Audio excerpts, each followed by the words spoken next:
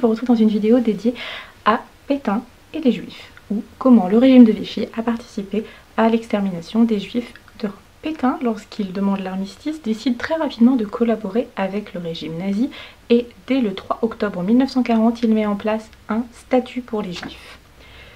Je cite, l'article 28 autorise et organise la déportation des Juifs étrangers. Le maréchal Pétain et son gouvernement ont, pendant toute la période de l'occupation, participé à l'extermination via la déportation des Juifs étrangers. Étonnamment, une grande partie des Juifs français ont été protégés, notamment les anciens combattants. Alors, ce statut interdit également l'accès à certains métiers, notamment tout ce qui est autour de la fonction publique ou autour des fonctions d'État, c'est-à-dire on ne pouvait plus être ministre, on ne pouvait plus être enseignant, on ne pouvait plus travailler dans l'administration. On a un isolement de cette population au départ des métiers de la fonction publique. Ensuite, ils sont exclus de l'armée, des professions libérales, donc plus de médecins, plus d'avocats. Il y avait beaucoup de juifs qui étaient médecins, notamment pour des raisons par rapport à... qui remontent à très loin, une tradition juive de médecins. Ils n'ont plus également le droit d'être journalistes et ils n'ont plus le droit d'être dirigeants d'entreprise. Alors dirigeants d'entreprise c'est très vaste, car ça peut être des grosses entreprises comme des petits magasins. Quand vous avez votre propre magasin, vous êtes dirigeant d'entreprise. Donc au fur et à mesure, on va les obliger à fermer leur boutique. Les juifs sont aussi exclus de tout ce qui est autour du spectacle, c'est-à-dire qu'ils n'ont plus le droit d'être directeurs de théâtre, ils n'ont plus le droit d'être propriétaires de cinéma, ils n'ont plus le droit d'être réalisateurs. Voilà. Au fur et à mesure, le statut les exclut de la vie publique et de la vie économique également. Accessoirement, ils n'ont plus le droit d'aller dans les endroits publics qui sont liés à ces métiers. Le 24 octobre 1940, Pétain rencontre Hitler à Montoire. C'est la rencontre qui officialise la collaboration entre l'État français et le régime nazi. On aura une collaboration au niveau économique, au niveau militaire et au niveau de la répression, notamment la répression contre la population juive. On a la création du commissariat aux questions juives en 1941, qui est en gros un organisme qui va être chargé de traiter tout ce qu'il y a autour de la population juive, leur recensement, leur déportation, la spoliation de leurs biens, on va y revenir après. Et cet institut va inciter la population française à dénoncer les juifs qu'ils connaissent. Vous avez une partie de la population qui va cacher les juifs. C'est pas au programme, je peux pas m'étendre trop, mais on va les appeler les justes. Ce sont des personnes qui vont vraiment prendre des risques, prendre le risque de voir leur vie menacée et celle de leur famille pour protéger des personnes juives parce qu'ils considèrent que c'est injuste de les stigmatiser et encore plus de les envoyer on ne sait où. Et vous avez des personnes qui vont collaborer et qui du coup vont dénoncer des juifs qui se cachent, des personnes qui cachent des juifs et qui vont en profiter pour récupérer souvent des biens ou avoir des services via l'armée. Le 2 juin 1941, l'État français met en place un recensement global de toute la population juive. Il faut être clair, aujourd'hui on se poserait des questions. On se dirait mais non, faut pas dire, pour nous on dit mais pourquoi ils ont dit qu'ils étaient juifs? À ce moment-là, déjà tout le monde, enfin ça se savait puisque les habitudes de chacun étaient au niveau religieux étaient beaucoup plus visibles. Tout le monde, enfin les communautés étaient très soudées et on savait qui allait à la synagogue et qui allait à l'église. Dans les grandes villes, c'était peut-être un peu plus facile de se cacher, mais pas forcément. Et dans les petites villes, voire dans les bourgs, tout le monde savait qui pratiquait quelle religion. Et puis les juifs, ils n'avaient pas honte de leur religion, pour eux ça faisait partie de leur identité, bah, ils ont collaboré et ils se sont présentés en fait pour le recensement et voilà, c'est comme ça qu'on a su où ils habitaient, combien ils étaient, voilà, plein d'informations. Les camps d'internement en France sont déjà en place en fait quand la guerre commence. Ils n'étaient pas destinés du tout à recevoir des juifs, ils ont été créés sous le régime de Daladier, donc un petit peu avant, après le Front populaire, à partir de 1938. Et ils servaient à enfermer des étrangers qu'on considérait comme dangereux pour la nation. On a dès 1938-1939 un rejet de l'autre, mais pour sa nationalité, pas pour sa religion. C'est un racisme, c'est ce qu'on appelle de la xénophobie, c'est la haine de l'autre, de l'étranger.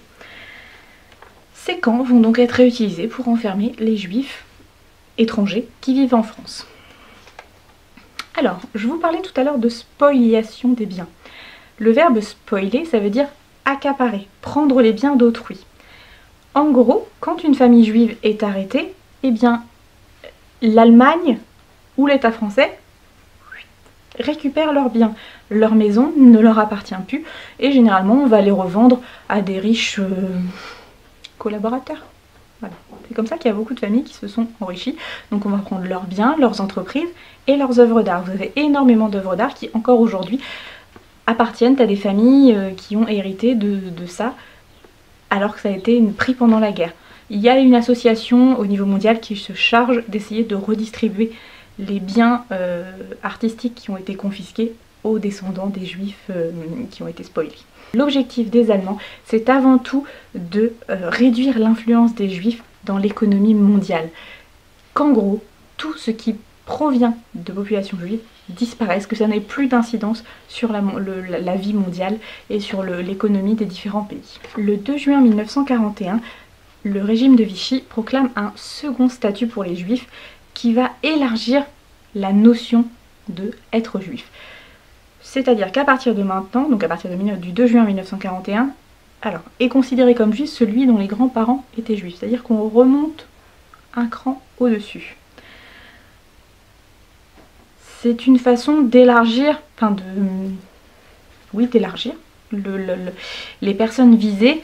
Et alors je ne sais pas si vous savez, mais en fait le judaïsme se transmet par la mère. Ce qui fait que par exemple vous pouvez avoir des familles où le père était juif, la mère était non juive. Théoriquement, l'enfant n'est pas obligatoirement juif. Il peut choisir de prendre la religion de son père et du coup de se convertir. Mais comme sa mère ne l'est pas, il a le choix. Par contre, si vous avez une mère juive et un père non juif, pour l'époque, même pour dans la tradition juive, l'enfant sera juif de base puisqu'il est issu d'une mère de religion juive. C'est un petit peu différent, souvent dans les autres religions c'est l'inverse, c'est la filiation au père qui influe. Là c'est vraiment par la mère. 1942 est une année noire, une année affreuse, peut-être l'une des plus catastrophiques pour les juifs de France, puisque on a une vague de rafles, c'est-à-dire de moments où la police française va collaborer avec les Allemands et où les Allemands eux-mêmes vont venir récupérer, faire des rapts de juifs un peu partout en France. On va prendre comme exemple la rafle du Veldiv, donc c'est-à-dire du Vélodrome d'hiver. C'était un bâtiment où se passaient des courses cyclistes pendant l'hiver du coup. La rafle a eu lieu entre le 16 et le 17 juillet 1942 et vous avez un nombre très très impressionnant de juifs qui ont été raflés uniquement sur Paris. C'est-à-dire que la police avait une liste de personnes avec le nom, les adresses, le nombre de personnes et un peu partout dans Paris ils se sont déployés pour aller chercher les personnes. Ils leur ont dit de prendre quelques affaires, de quoi tenir une semaine et après on les a embarqués. On ne leur a rien laissé le temps de faire. Leurs affaires ont été spoilées, leurs biens ont été pris et ils ne savaient pas où ils allaient. Et chose qui n'était pas le cas jusque-là, les femmes et les enfants n'ont pas été épargnés. Au début de la guerre, les Allemands laissaient les femmes et les enfants, considérant que c'était compliqué de s'occuper d'eux, notamment dans les camps de travail. Ça ne pouvait pas trop servir. À partir de là, il y a cette idée. On veut supprimer la population. 1942, c'est le début de la mise en place de la solution finale, c'est-à-dire d'exterminer systématiquement et de manière industrielle toute la population juive d'Europe. En parallèle de tout ça, il y a des groupements de résistance juive qui se mettent en place, notamment par les juifs français qui jusque-là sont à peu près épargnés, et ça a permis notamment la survie des 3/4 des juifs français. On a réussi à les cacher, ils ont réussi à passer dans d'autres pays pour essayer d'échapper à tout ça. Ce qu'il faut aussi retenir, c'est que la police française a écouté les ordres.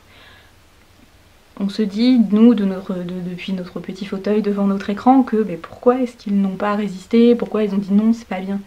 Eh bien non, ils ont juste appliqué les règles. Ils n'étaient peut-être pas tous d'accord, mais certains si. Il ne faut pas oublier que en 1942 pour ce qui est de la rafle du Veldiv, l'antisémitisme est partout et c'est quelque chose qui est profondément ancré dans la société. Rappelez-vous l'affaire Dreyfus qu'on a vu dans une précédente vidéo. L'antisémitisme n'est pas quelque chose de considéré comme mal à cette époque-là. pourtant ça l'est déjà, puisqu'il y a déjà des personnes qui comprennent que c'est quelque chose qui n'est pas juste et qu'on n'a pas à haïr quelqu'un parce qu'il est différent de nous.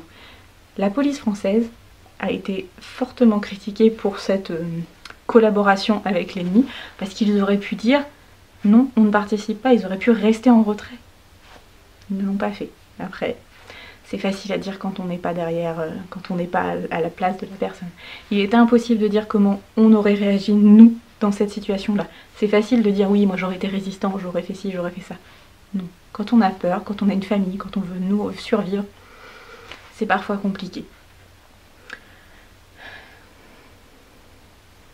Sur cette thématique, je vous conseille un très bon film, La Rafle, avec l'humoriste Gad Elmaleh, qui est très bien fait. Alors il est romancé bien évidemment, mais il montre très bien la vie quotidienne dans le camp à Drancy. Il montre également comment s'est passé le vélodrome, la rafle du vélodrome, comment les gens vivaient à l'intérieur, et l'histoire est assez touchante et montre bien que tout le monde n'était pas collabo.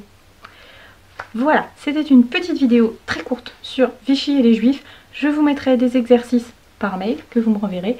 Et puis je vous mettrai aussi un texte pour approfondir un petit peu tout ça. Je ne peux pas vous dire tout en vidéo. J'espère que cette vidéo vous aura plu, vous aura appris des choses. N'hésitez pas à aller voir sur internet, il y a énormément de reportages. Sur Netflix, vous avez beaucoup de films et documentaires sur la Seconde Guerre mondiale et sur la Shoah. Si j'en trouve, je mettrai des liens en barre d'infos. En attendant, je vous souhaite bon courage pour vos exercices et je vous dis à très bientôt dans une prochaine vidéo. Et surtout, prenez soin de vous.